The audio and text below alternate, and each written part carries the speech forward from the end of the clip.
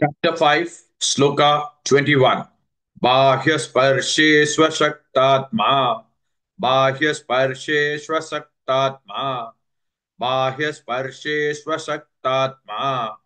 Vindatyatmani yatsukam. Vindatyatmani yatsukam. Vindatyatmani yatsukam.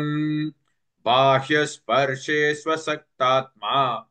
विन्दत्यात्मनि यत्सुखम् बाह्यस्पर्शे स्वसक्तात्मा विन्दत्यात्मनि यत्सुखम् बाह्यस्पर्शे स्वसक्तात्मा विन्दत्यात्मनि यत्सुखम् बाह्यस्पर्शे स्वसक्तात्मा विन्दत्यात्मनि यत्सुखम् बाह्यस्पर्शे स्वसक्तात्मा विन्दत्यात्मनि यत्सुखम् सब्रह्मयोगयुक्तात्मा सब्रह्मयोगयुक्तात्मा सब्रह्मयोगयुक्तात्मा सुखमक्षयमश्नुते सुखमक्षयमश्नुते सुखमक्षयमश्नुते सब्रह्मयोगयुक्तात्मा सुखमक्षयमश्नुते सब्रह्मयोगयुक्तात्मा सुखमक्षयमश्नुते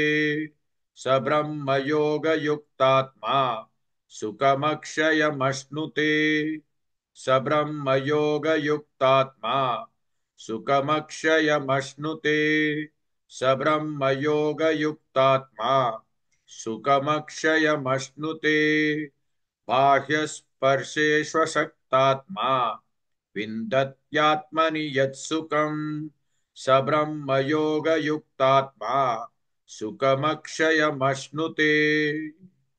Please like and share this video because you could be instrumental in helping someone around the world recite the Srimad Bhagavad Gita, thereby helping them to have a life of unending opulence, victory and prosperity.